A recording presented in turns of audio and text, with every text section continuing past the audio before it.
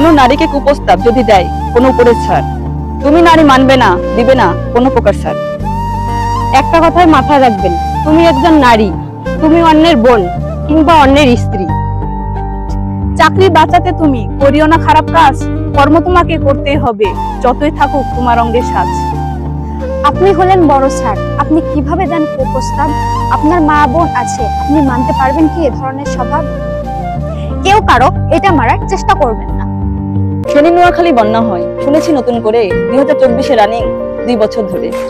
যাচাই বাছাই করে দেখি, খাল নালা হয়ে গেছে ভরাট, বাড়িঘর রাস্তাঘাট করে সবাই হয়ে গেছেন ফিটফাট। পানি নামার জায়গাটাকে সবাই মিলে করেন সমাধান, পানি যেন আটকাতে না পারে, থাকবেন সাবধান। বন্যার পরে সবাই মিলে খাল নালা করবেন উদ্ধার, জনস্বার্থে কাজ করবেন, এটাই আমাদের অঙ্গীকার।